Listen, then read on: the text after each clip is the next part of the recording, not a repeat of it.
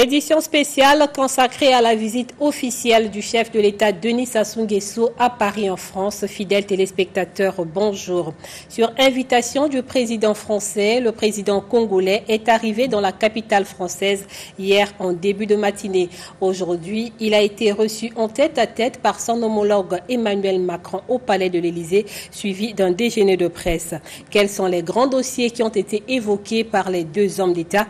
Pour tenter de répondre à cette préoccupation, j'ai sur ce plateau d'éminents journalistes qui ne sont plus à présenter, en l'occurrence Joseph Bitala-Bitemo, Asie Dominique de Marseille, Borgia Samba et Brice Aristide Benza. Bonsoir à tous. Bonsoir. Emmanuel Macron arrive à la tête de la République française en mai 2017 et ce n'est qu'aujourd'hui qu'a lieu le premier tête-à-tête entre lui et le président congolais Denis Sassou Nguesso. Au regard des relations qui unissent les deux pays, certains seraient emmenés à croire que ce tête-à-tête arrive un peu tard, 2 ans plus tard. C'est normal, c'est légal. Joseph, qu'est-ce qu'on peut dire de ce rendez-vous? Alors, il ne faudra pas voir les choses selon le prisme déformant et même condescendant des réseaux sociaux. Vous avez parlé d'un déjeuner de travail. Ça, c'est une valeur ajoutée diplomatique. Très souvent, les relations ont toujours été bonnes depuis pratiquement les pieds nickelés du gaullisme en 1944, quand Brazzaville a abrité la conférence qui a propulsé les États africains à l'indépendance. Et puis est arrivé donc ces relations au fur et à mesure que les chefs d'État sont passés à l'Élysée, qui ont toujours été séculaires. Donc on ne peut pas dire que c'est trop tôt, ni c'est trop tard, parce qu'il y a toujours une certaine continuité. Il y a un contexte qu'il faut prendre en compte. Le président Macron sort d'une réunion internationale, le G7, où on a évoqué des sujets d'intérêt international. Et on a beaucoup parlé des sujets, puisque vous l'avez dit, peut-être qu'on en reviendra. Mais enfin, à mon avis, ce n'est pas trop tôt, ce n'est pas trop tard. Vous êtes du même avis, Asie? Oui, mais on ne peut pas situer les rapports diplomatiques ou de coopération en mettant le starting block à partir de Macron. Non. Depuis la colonisation, la décolonisation, les indépendances, la France nous a accompagnés. Et chaque chef qui arrive réchauffe la diplomatie à sa manière et on ne met pas le curseur à partir d'un seul chef d'État. Voilà pourquoi mon très éminent confrère Bitala-Bitemo le dit avec à propos. On ne peut pas le dire comme ça parce qu'un chef d'État a un calendrier et il sait à quel moment, et ce n'est pas parce qu'il aurait choisi plus tôt ou plus tard que les relations sont en berne ou sont mal vues. Non. Les dossiers traités montrent de l'envergure et puis surtout la coopération entre le Congo et la France, ça a un niveau de coopération très élevé. On ne peut pas dire qu'on mettra là un petit bémol dans ces relations. Je ne crois pas. Borgia Samba, que vous inspire cette visite moins de 2 mois après la conclusion de l'accord entre le Congo et le FMI? Est-ce à dire que la France est prête à débloquer l'aide promise au Congo? Avant de l'arrivée là, je voulais répondre comme l'ont fait les autres sur la première question que vous avez posée. Il faut d'abord savoir quelle est l'arrière-pensée qui anime ceux qui disent que c'est trop tard. C'est quelle arrière-pensée? Parce que si on m'avait dit que le président Sassou et le président Macron ne s'étaient jamais rencontrés depuis 2 ans, ça aurait quand même soulevé un problème. Ce sont 2 chefs d'État qui se voient très souvent dans les réunions internationales, qui ont même des apartés pendant ces réunions internationales, sans compter que les 2 chefs d'État s'envoient réciproquement des délégations de haut niveau pour consultation et que les 2 chefs d'État s'appellent souvent au téléphone. Donc, est-ce que vous pouvez aussi imaginer que tous les problèmes ou toutes les questions d'une coopération bilatérale peuvent être réglées en 45 minutes, en 1 heure d'un entretien tête-à-tête? C'est pas forcément ça l'objectif. Mais il faut dire aujourd'hui, je rejoins ceux qui en parlaient en premier, que ce n'est ni trop tôt ni trop tard. Il s'agit du calendrier diplomatique. Bitala-Bitemo a évoqué l'intense calendrier du président Macron depuis son arrivée au pouvoir, au plan social, au plan économique. Il devait prendre en main un certain nombre de dossiers. Et aujourd'hui, je pense que le timing compte aussi. Mieux vaut parler maintenant en tête à tête parce qu'on a beaucoup de dossiers compilés depuis un moment que de parler très tôt lorsqu'on ne connaît pas encore les dossiers. Donc là, il n'y a pas de problème. Au niveau de la question que vous me posez sur le Fonds monétaire international, ça n'a jamais fait l'objet d'un doute que la France s'est engagée dès le départ en soutenant le dossier Congo auprès du Conseil d'administration du Fonds monétaire international, avait donné les gages de bonne volonté en disant au Congo, vous allez réussir cet accord, vous allez signer, et quand vous signerez, moi je dispose déjà d'une enveloppe pour booster déjà les premières actions liées à la mise en œuvre de votre programme signé avec le Fonds monétaire international. Et ça tombe bien à propos, la présence du président de la République à Paris, en face du président Macron, ne peut qu'aider à accélérer le déblocage de cet argent dont le Congo a besoin aujourd'hui. Aristide, vous pensez également, comme Borja, que ce tête-à-tête d'aujourd'hui est quelque part lié un peu à la signature de l'accord Congo-FMI le 11 juillet dernier? C'est forcément lié à l'actualité, à cet accord auquel vous faites allusion. Mais au risque de revenir à ce qu'ont dit mon prédécesseur, je dirais que mieux vaut tard que jamais que le président Sassou et le président Macron se rencontrent aujourd'hui pour la première fois en tête-à-tête. Je pense que le plus important, c'est pas... le plus important, je crois que c'est le contenu de ce tête-à-tête, qu'est-ce qui a été évoqué au cours de ce tête-à-tête, les sujets que les deux personnalités ont abordés. Maintenant, parlons de cet accord, oui, mais vous savez que la France est pour le Congo un partenaire stratégique. Le Congo, se trouvant dans la situation économique que nous connaissons tous, a besoin de certains appuis pour entreprendre, pour mener à bien ces pourparlers envers certains partenaires bilatéraux et multilatéraux. Et si la France s'engage à appuyer le Congo pour que le dossier du Congo avance, pour que le Congo trouve une issue favorable auprès des partenaires financiers dans le Fonds monétaire international, je pense que c'est une très bonne initiative pour la France. Vas-y, Dominique de Marseille. Oui, sur ce soutien financier de la France, il faut le dire, Nevi, la France a disposé d'1 milliard pour aider les pays francophones de l'Afrique centrale à essayer un peu d'amortir le choc de la chute des prix du baril, du prix du pétrole. Alors sur le milliard, il est dégagé 135 millions d'euros qui sont prévus pour le Congo. Ce n'est pas une affaire congolaise, française, c'est une affaire de l'espace francophone d'Afrique centrale. Ces pays ayant connu la chute drastique du baril de pétrole, du prix du baril de pétrole, ils ont reçu un coup de pouce de la France en prévoyant 1 milliard d'euros pour ces pays. Et dans cette fourchette d'1 milliard d'euros, le Congo se taille 135 millions. Alors, quand la France assiste le Congo, et comme il assiste d'autres pays d'Afrique centrale, c'est-à-dire vous signez, on vous aide. Pourquoi? Mais parce qu'il faut bien que le Congo ouvre son investissement vers l'extérieur pour que l'argent entre, et pour avoir cet argent, pour avoir ces investisseurs, il faut cette facilité donnée par le FMI. Après cette facilité, si la France nous donne 135 millions d'euros, parce que la France y engage avec le FMI et nous sommes capables de rembourser. Donc ce que la France vient de donner, c'est une bonne part déjà prévue pour les États d'Afrique centrale qui ont connu la chute drastique du baril de pétrole à hauteur d'1 milliard d'euros. Aziz, si le Congo a souffert de cette crise, c'est parce que son économie est essentiellement basée sur le pétrole. Est-ce qu'il n'est pas temps de penser à la diversification de l'économie? Ce sujet ne peut pas être évoqué par les deux chefs d'État. Absolument. La coopération entre la France et le Congo est multisectorielle. Elle regarde l'économie, elle regarde la culture, elle regarde l'éducation.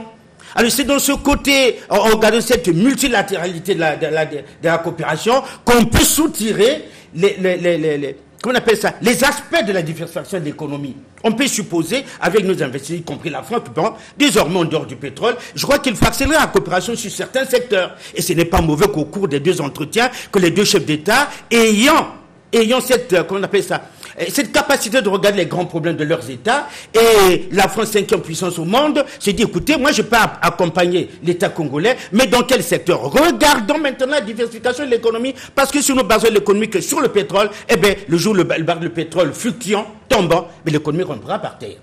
Joseph, est-ce qu'on peut connaître déjà les retombées économiques de cette visite du chef de l'État à Paris sur notre économie? Je crois qu'on doit se donner une piqûre de mémoire pour bien cerner la question. Vous savez, lorsque arrive la Deuxième Guerre mondiale, la France est en train de chercher un refuge. Ce refuge, vous le savez, c'est Brazzaville. Alors, c'est en ce moment-là que le général de Gaulle, qui n'est pas une très grande tête pendant la Deuxième Guerre mondiale, parce qu'il il ne représentait pas grand-chose, en tout cas devant Staline, Roosevelt ou Churchill.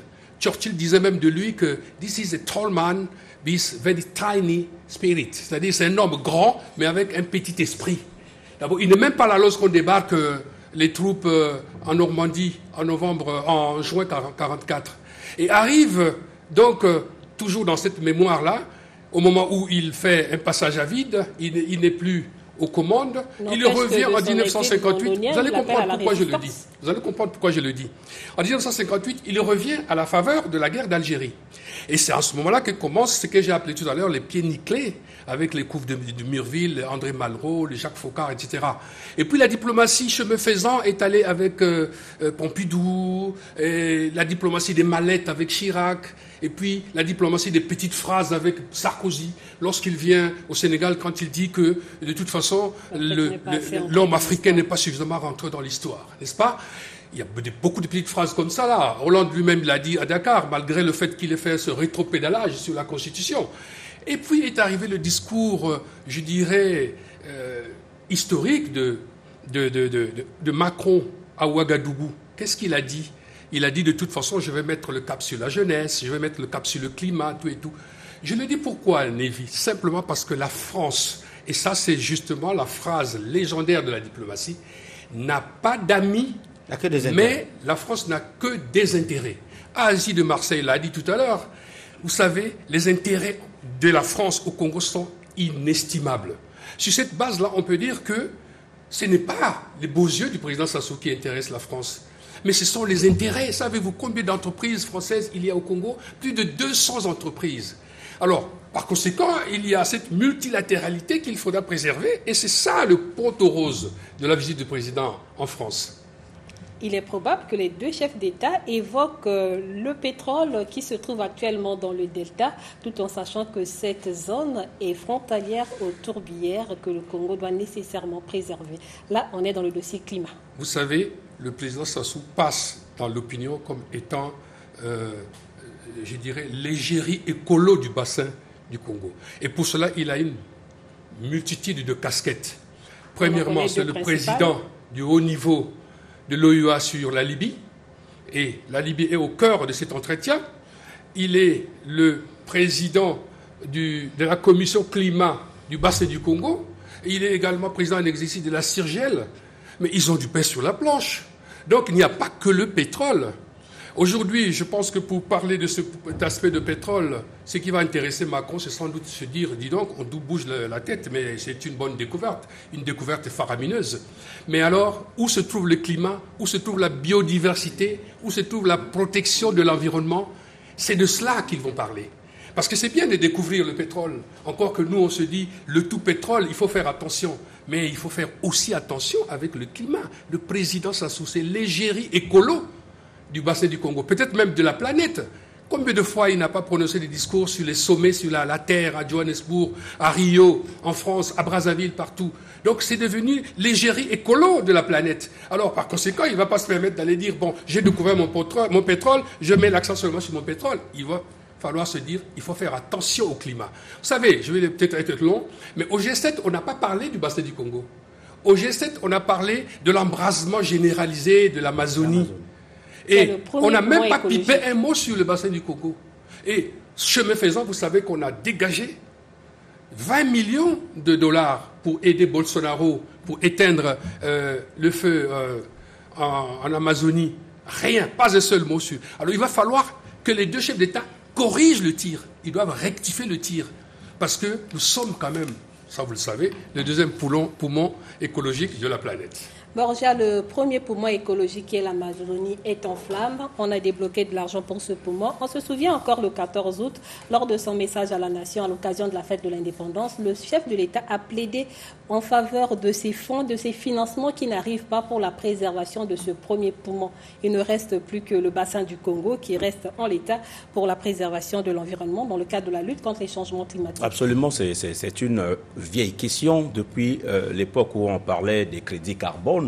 qui n'arrivait pas du tout. Et puis, il a fallu que le président de la République du Congo, donc Denis Sassou Nguesso, grâce au leadership qui le particularise dans le domaine de la protection, la préservation de l'environnement, il lança le Fonds bleu, vous vous souvenez, pour la préservation du bassin du Congo. L'objectif, c'était quoi? C'était d'impulser au finish une économie circulaire et rendre les pays moins dépendants donc des ressources forestières. Mais en ce moment-là, il faut des financements. À l'origine, il est prévu qu'au moins chaque année, il y a 100 millions de dollars pour le bassin du Congo, avec un objectif final de récolter environ 3 000 millions de dollars pour que ces forêts soient complètement préservées. Il s'agit là donc d'un plan. Ce n'est pas le plan qui manque aujourd'hui pour que le bassin du Congo soit financé. La base, le levier de la promotion de la protection de l'environnement dans le bassin du Congo, c'est aujourd'hui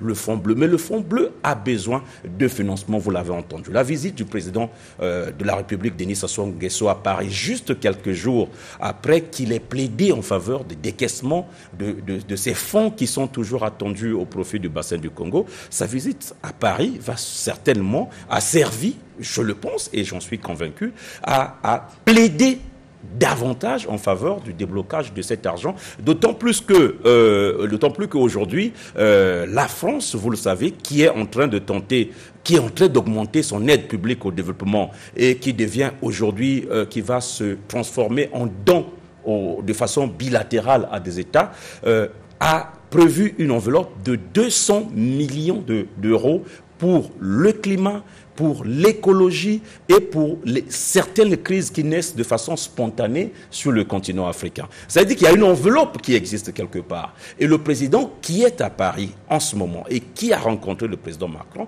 ne peut pas éluder cette question de financement du Fonds bleu pour le bassin du Congo. Je pense donc que c'est une belle aubaine, c'est une belle opportunité pour que le président Macron aujourd'hui, qui s'affiche au devant de la scène, bravant un peu les incertitudes ou les escouades du président Trump dans le domaine de l'environnement, et il se veut aussi un leader de l'environnement. C'est donc deux leaders attachés aux questions de la préservation de l'écologie qui se rencontrent. On ne peut qu'espérer qu'à l'issue de cette rencontre, eh bien, le Fonds bleu pour le bassin du Congo va connaître un début de matérialisation des ambitieux projets qui sont déjà mis en œuvre. Je suis optimiste sur la question. Le face-à-face Macron, président Denis Sassou Nguesso, je pense que est l'occasion aujourd'hui de susciter des investissements réels. Aujourd'hui, avec les montants cités par la France dans le cadre de l'aide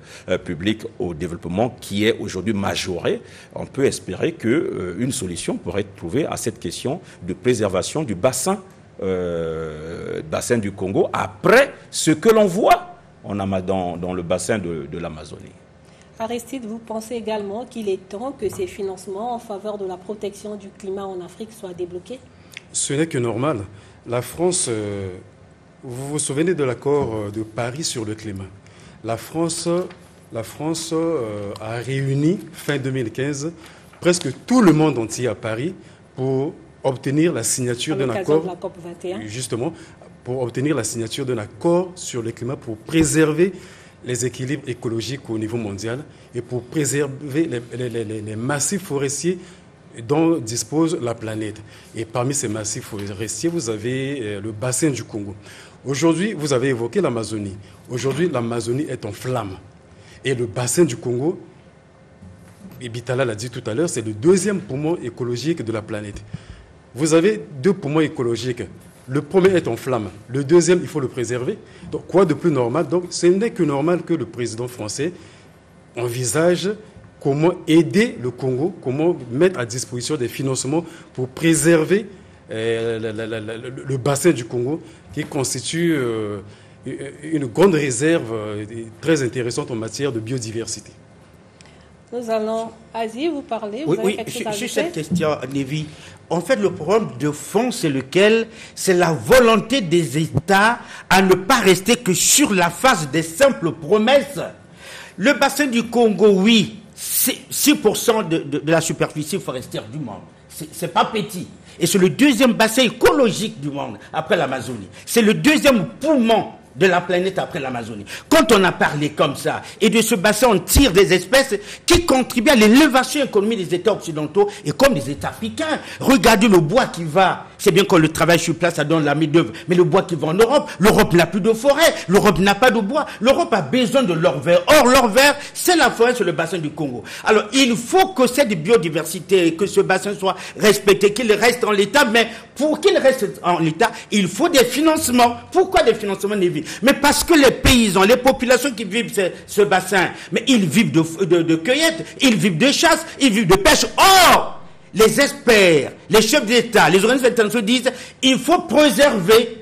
Il faut les préserver, c'est pas la peine de les détruire. Alors, comment faut-il faire? C'est là où le président Sassou Nguesso, qui monte au Congo, dit, écoutez, j'ai une population, une partie qui ne vit que de la chasse, de la cueillette, de la pêche, et vous leur demandez de préserver cet environnement, mais en contrepartie, il faut qu'il y ait un financement. Pourquoi le financement? Parce que le citoyen qui vit du gibier, qu'il va chez son forêt, ben laissera le gibier pour vivre de l'élevage parce que l'argent serait venu pour financer l'élevage. Le paysan qui vit de la pêche pour aller détruire cette biodiversité à partir du poisson, ben on lui donnera de l'argent pour faire la pisciculture. C'est en cela que, fait de manière aussi pédagogique, que le chef d'État dit, écoutez, vous avez beau crier, c'est bien, on va sauver la planète, c'est bien, l'oxygène, c'est bien, mais ces populations qui sont mes populations, qui sont les populations du Gabon, du Rwanda, de l'Angola, de la Centrafrique, du Cameroun, ces populations-là vivent aussi de cette biodiversité. Vous voulez la préserver, il faut financer pour que l'on change le modèle de vie de ces populations en finançant l'agriculture, en finançant l'élevage, en finançant la pisciculture.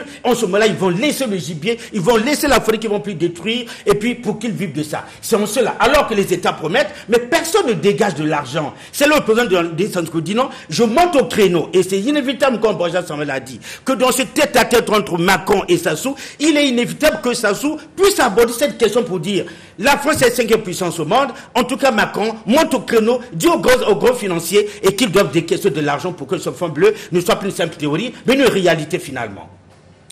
Je vais permettre aux téléspectateurs de suivre l'arrivée du chef de l'État Denis Sassou Nguesso au palais de l'Élysée où l'attendait son homologue Emmanuel Macron.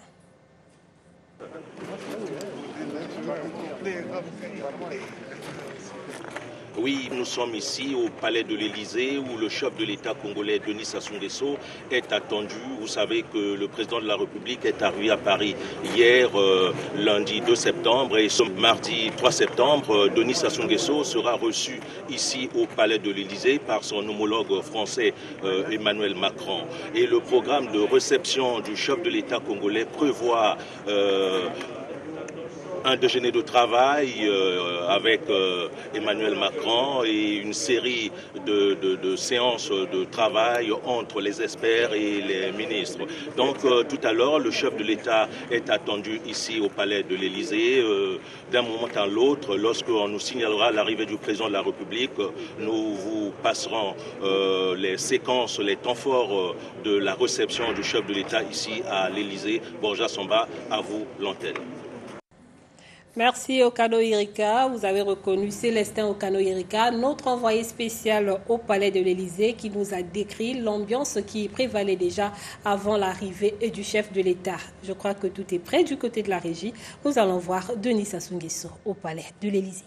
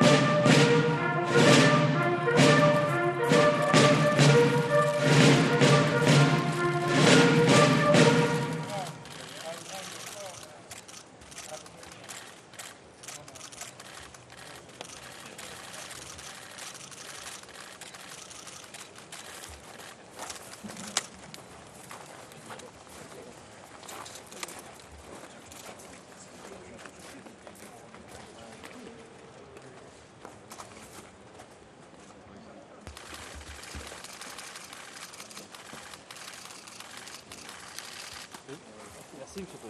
le Président.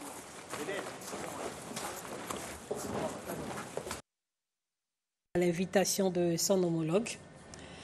Président du comité de haut niveau de l'Union africaine sur la Libye, en 2017 à Kintélé, Brazzaville a abrité la 4e réunion qui a abouti à une feuille de route. 2 ans plus tard, cette feuille de route a du mal à être mise en exécution au regard de la situation qui se détériore sur le terrain. La question a dû être évoquée par les 2 chefs d'État, Joseph. Oui, effectivement, je crois que la question sera largement évoquée parce qu'il y a cette casquette justement du chef de l'État d'être président de haut niveau de l'Union africaine sur la Libye. Vous savez que la Libye, c'est l'embrasement généralisé. La Libye n'existe plus en quelque sorte. Et au G7, on a beaucoup parlé de la Libye. Il y a eu 5 chefs d'État africains qui avaient été invités au G7. Pourquoi ? Eh bien parce que d'abord, il y avait le président en exercice de l'Union africaine, le président égyptien qui était invité. Donc c'est à ce titre-là que la Libye a été programmée pour une session spéciale de l'Assemblée générale des Nations unies qui aura lieu, je crois, au cours de ce mois. Alors c'est pour vous dire que le président Sassou, qui a beaucoup fait pour essayer d'établir la paix dans ce pays, est un interlocuteur privilégié. Il va partager avec son homologue français les points de vue et essayer de jeter un regard attentif justement sur la Libye pour voir ce qui se passe sur le terrain. Je crois que c'est une question fondamentale et Brazzaville a beaucoup de choses à dire, en tout cas en ce qui concerne la Libye. Asie, Brazzaville a beaucoup à dire sur la Libye. Oui, ben, les chiffres parlent, ils sont même éloquents, les chiffres. C'est 100 000 déplacés, 5 700 blessés, 1000 morts. Quand on a ce bilan macabre qui n'honore personne, on ne peut pas rester les bras croisés. L'importance économique de la Libye n'est plus à démontrer. On vous a dit qu'en matière de coopération, ce sont les intérêts qui guident la coopération et non les beaux yeux des États. Alors, l'Union africaine pense que le président congolais est un spécialiste dans la résolution des crises. C'est pour rien qu'on fait de lui le représentant donc en ce moment-là pour cette crise libyenne. Alors, je ne vois pas Macron qui s'investit maintenant avec force de détail à résoudre la crise libyenne sans mettre à contribution la position de l'Union africaine. Or, elle est représentée, l'Union africaine est ordonnée à décider de mettre ce dossier dans les mains du Denis Sassou Nguesso. Alors, il peut pas ramener tout le monde sur la table, trouver une solution de sortie de crise, ils sont associés à la position de l'Union africaine. Parce que la Libye est quand même un pays africain. C'est là où le chef d'État congolais joue ce rôle fondamental. Mais ce n'est pas tout. Il faut dire que Ngassana Salané, qui est l'émissaire de l'ONU, qui fait le vas-y-dire entre le Congo, entre les États européens, a fort affaire. Et quand le président Macron reçoit le président Denis Sassou Nguesso, il a déjà reçu le représentant, l'envoyé spécial Ngassana Salané pour dire il faut mettre fin à cette crise. Parce que la turbulence de la Libye déséquilibre toute la sous-région. Et c'est du rejet pétrolifère, on sait ce que ça manque aux États. Et vous savez bien que la Libye aujourd'hui c'est une porte ouverte vers l'immigration, alors avec son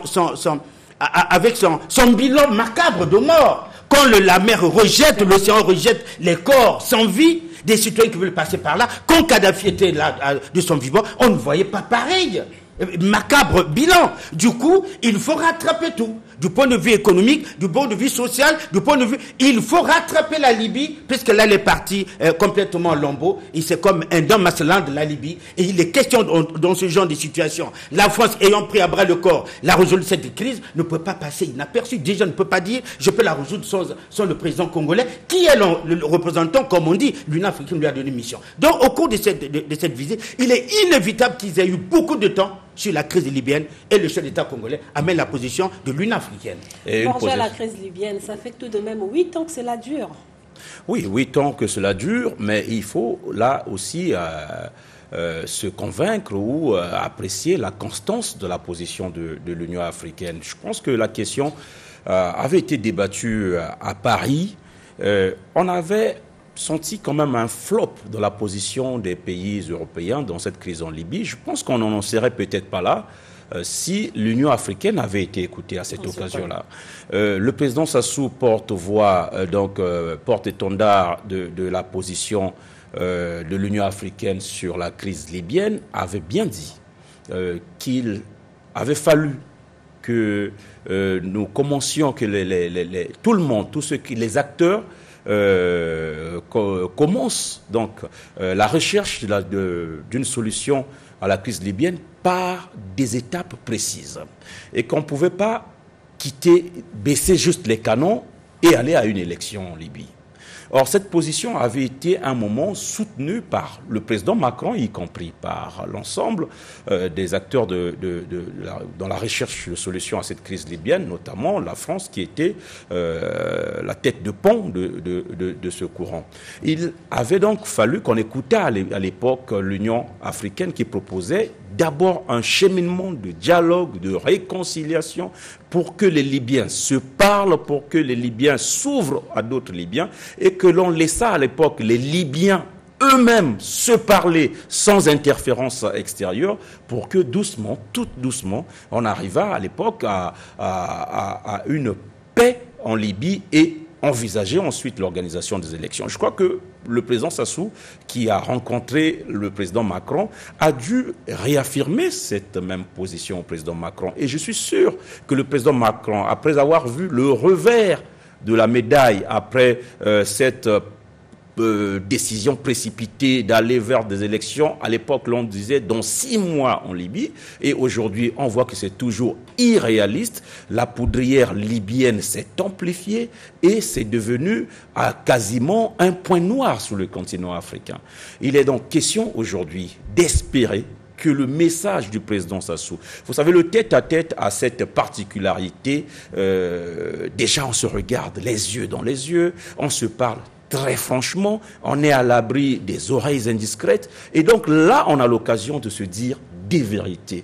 Parfois, aller au-delà des usages diplomatiques pour dire que vous ne nous avez pas écoutés. Et je suppose que c'est ce qu'aura été le discours du président Sassou à cette occasion. Mais je connais aussi la finesse diplomatique de l'homme Sassou. Il a dû, en ce moment-là, et je l'espère, convaincre le président Macron de faire route ensemble avec l'Union africaine. Ce serait déjà un acquis que l'Occident, l'Union européenne, fasse route avec l'Union africaine dans ce dossier. Sinon, on continuera de parler de ce service après-vente de la France qui va laisser le président Macron isolé dans un dossier où il comprend peut-être pas tous les paramètres, il prend peut-être pas en compte tous les paramètres.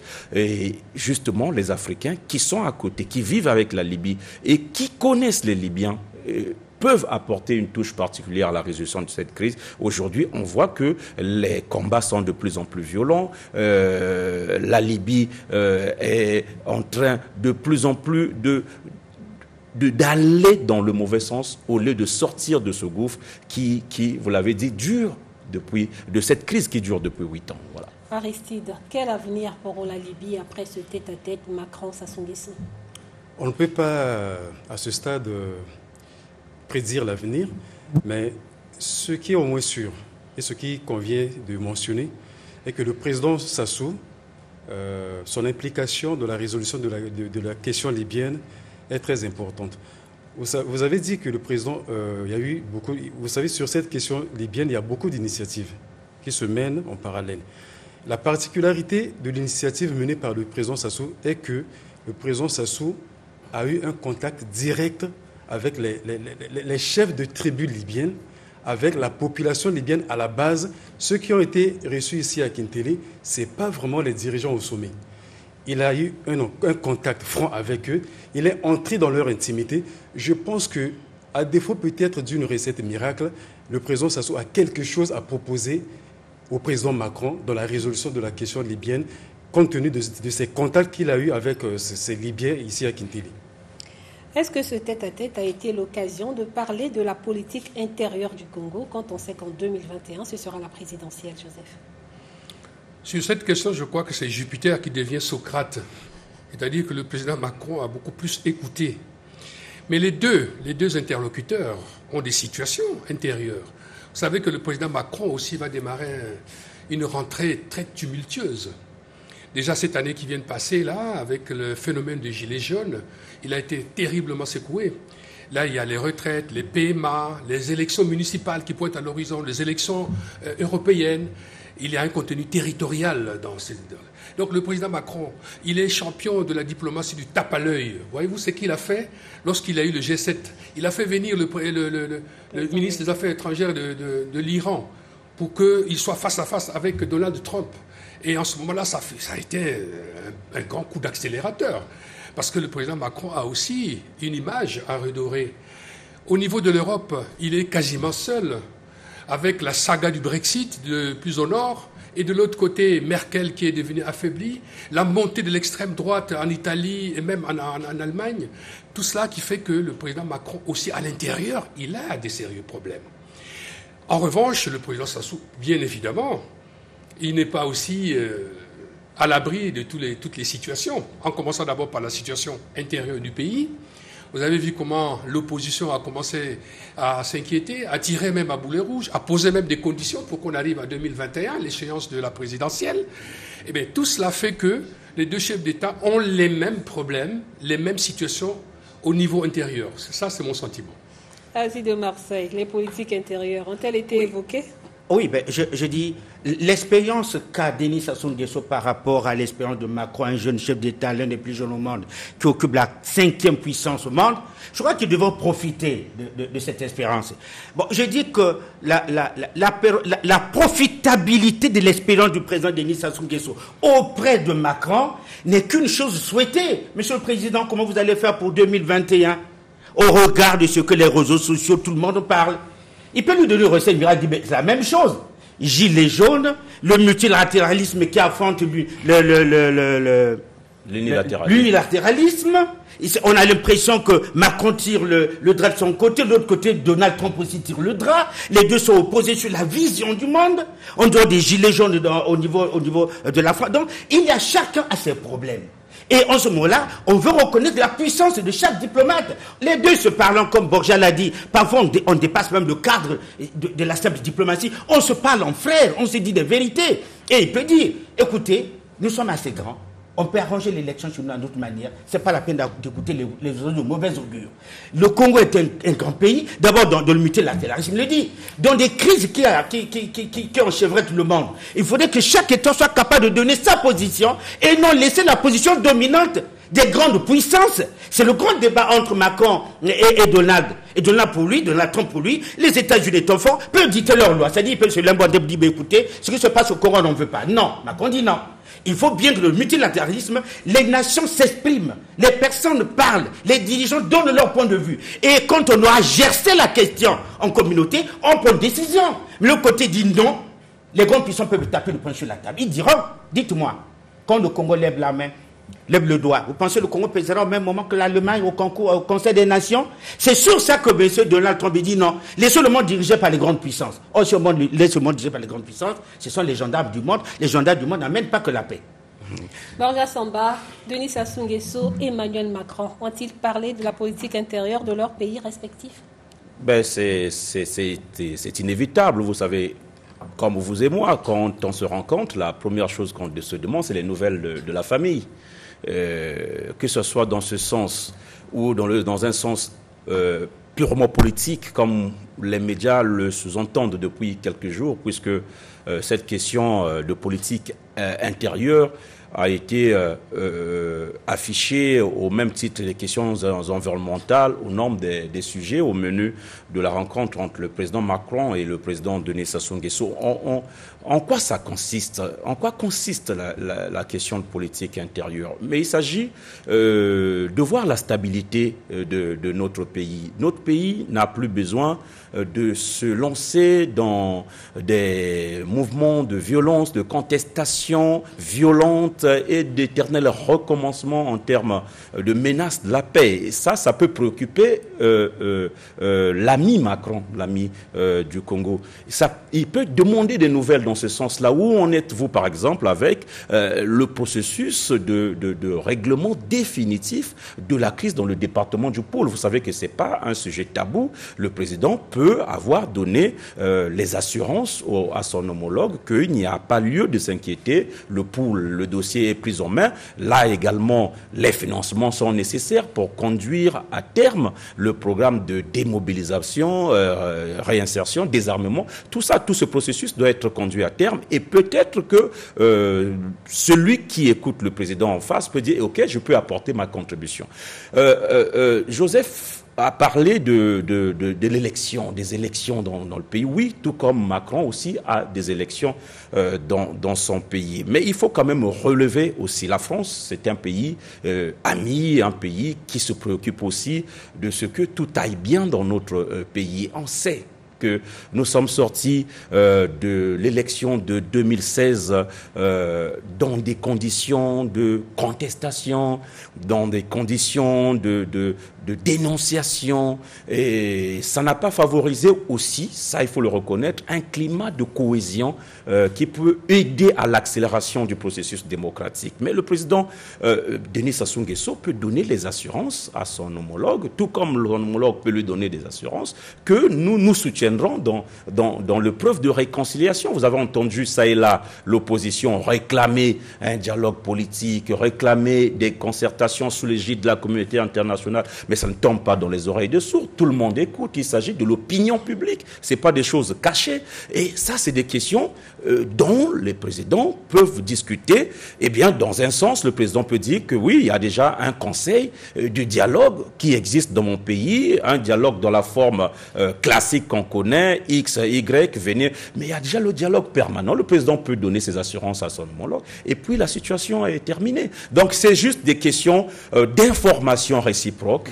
Quand on parle de politique intérieure, il y en a qui peuvent s'imaginer que le président Macron va dire « vous allez faire ça, vous allez faire ceci, voici la condition ». Vous savez bien, Aziz qui a parlé des 135 millions n'a pas dit qu'il y avait une condition pour qu'on les obtienne. Il n'y avait pas de condition, parce que c'est un peu pensé. Bon, il y a une condition, pour qu'on vous donne l'argent, il faut le dialogue national.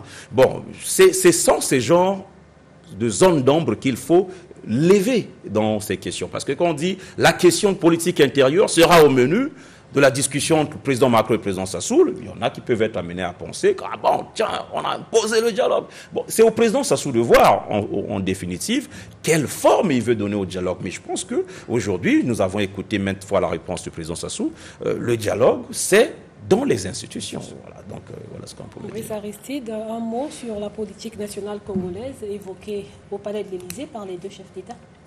Vous savez, Nevi, on dit, il y a un adage qui dit que l'homme politique se préoccupe plus de la prochaine élection, mais l'homme d'État se préoccupe du sort de son peuple, de la vie de son peuple.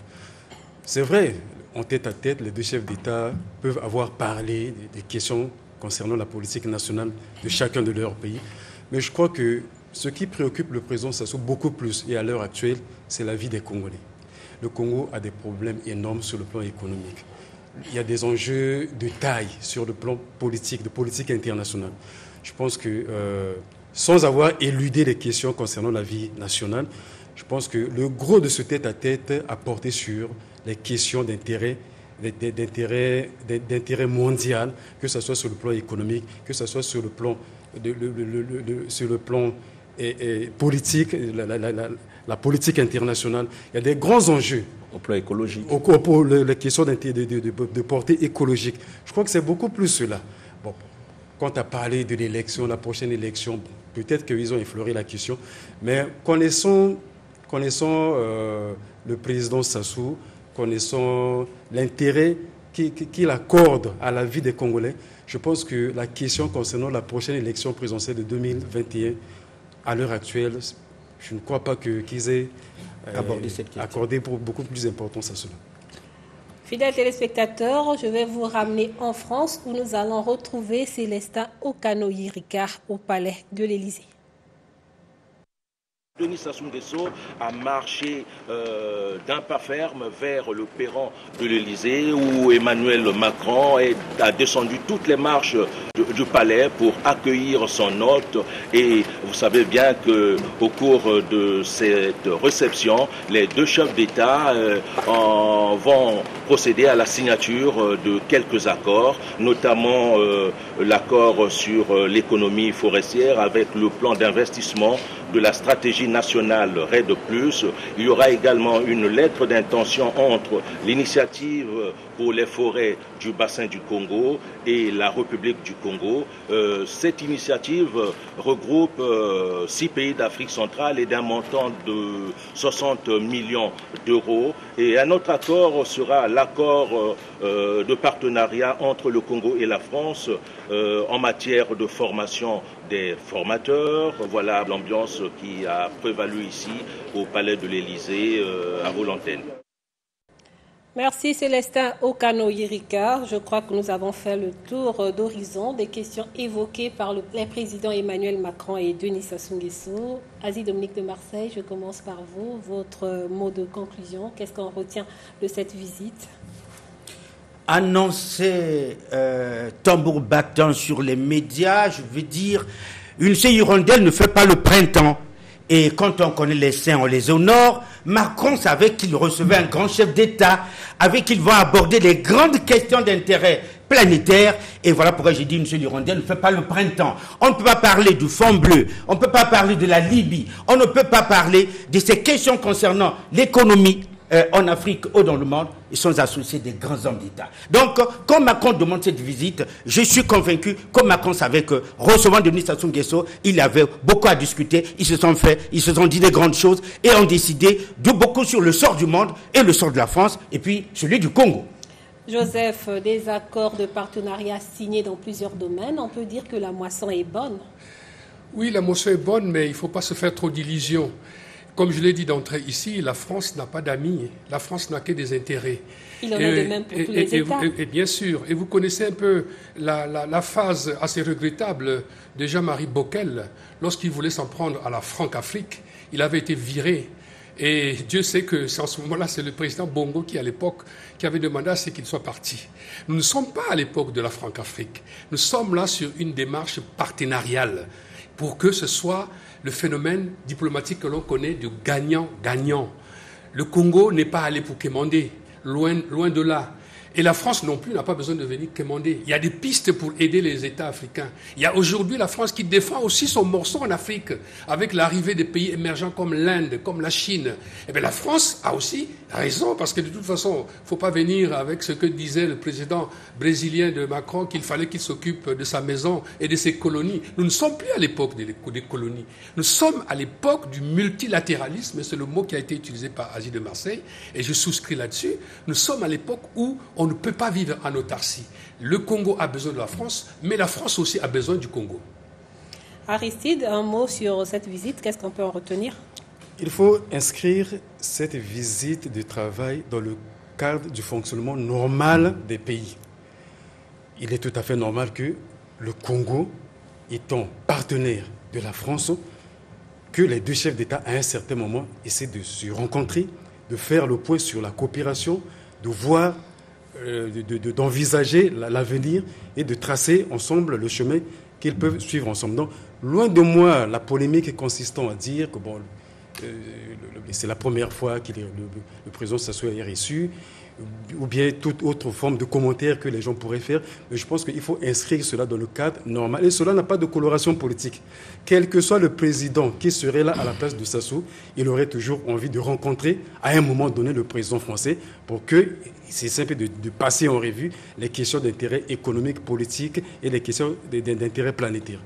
Borja Samba. Bon, il faut... vous savez, au moment où on parle de plus en plus de la préservation de la planète, il faut passer de la parole à l'acte, des paroles aux actes. Le Fonds bleu pour le bassin du Congo a des besoins de financement de l'ordre de 3 millions d'euros, de dollars, voulais-je dire. Il faut commencer à chercher cet argent. Et c'est tant mieux si la France peut déjà contribuer à financer, grâce à son enveloppe de l'aide publique au développement, une partie du Fonds bleu pour le Congo. Je pense que c'est l'un des motifs du déplacement du président de la République, ou plutôt l'un des sujets évoqués. Et vous savez aussi que le Congo est en plein processus de diversification de son économie. Il faut là aussi passer de la parole aux actes. La France a sa partition à jouer dans ces zones économiques spéciales.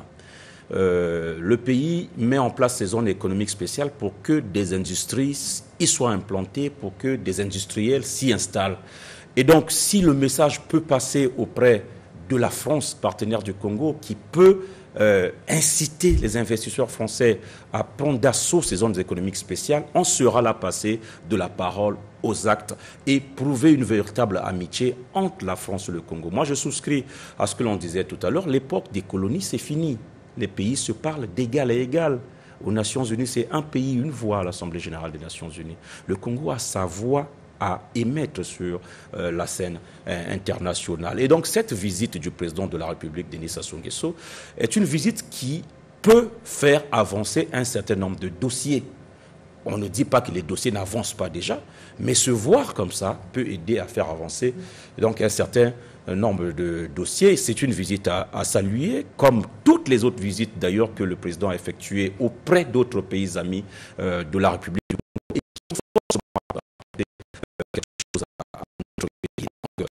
On s'en réjouit. Je ne vois pas un Congolais qui se réjouirait pas de ce que les relations entre la France et le Congo soient des relations réchauffées, des relations redynamisées. Il n'y a aucun intérêt. Le Congo est parmi les grands chantres du multilatéralisme. Je ne vois pas un pays qui chante le multilatéralisme et qui tourne le dos à d'autres pays. Le pays a juste l'opportunité ou le choix, la liberté de diversifier ses partenaires, mais sans pourtant tourner le dos à d'autres. Donc les partenaires, ça s'ajoute, mais ça ne se retranche pas. Fidèles téléspectateurs, nous sommes arrivés au terme de cette édition spéciale consacrée à la visite officielle du chef de l'État Denis Sassou Nguesso à Paris en France. Il a été reçu aujourd'hui en tête-à-tête par son homologue Emmanuel Macron. Merci d'avoir été des nôtres. Bien de choses à vous et à la prochaine.